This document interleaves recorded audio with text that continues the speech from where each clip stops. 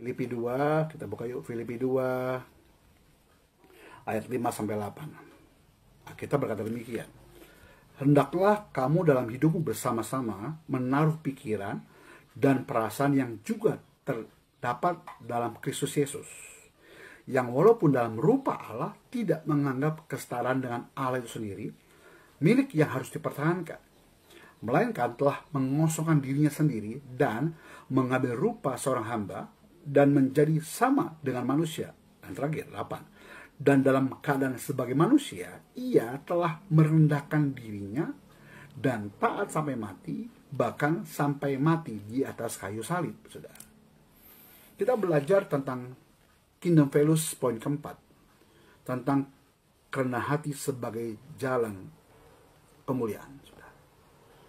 Yesus yang adalah Allah rela merendahkan diri, menjadi hamba, bahkan mati di atas kayu salib. Kerajaan dunia mengajarkan ya, semakin tinggi pangkatnya, semakin dia dilayani.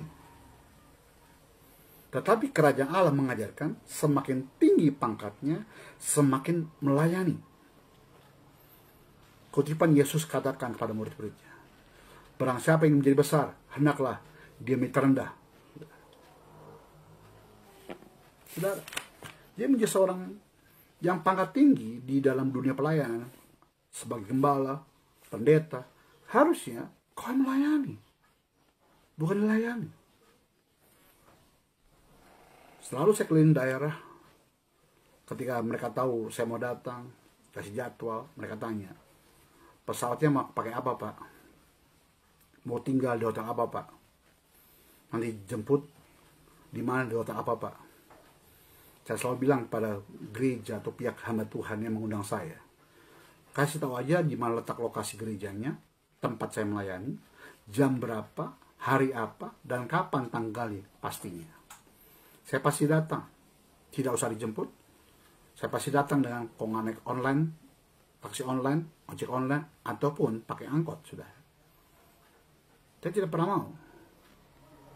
Ada sebuah gereja besar di Sulawesi Utara mengundang saya.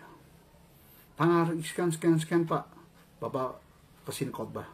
Saya siapkan tiket pulang perginya, saya siapkan penginapan. Saya bilang, tanggal berapa pastinya, tidak usah pikirkan, yang pas saya datang, sampaikan firman Tuhan, kebenaran Tuhan. Saya pulang dengan sukacita, dikasih makan puji Tuhan, enggak pun puji Tuhan. Karena kewajiban saya, seorang penginjil, hidup oleh Injil yang diberitakannya. Rendah hati berarti menyadari semua berasal dari Tuhan.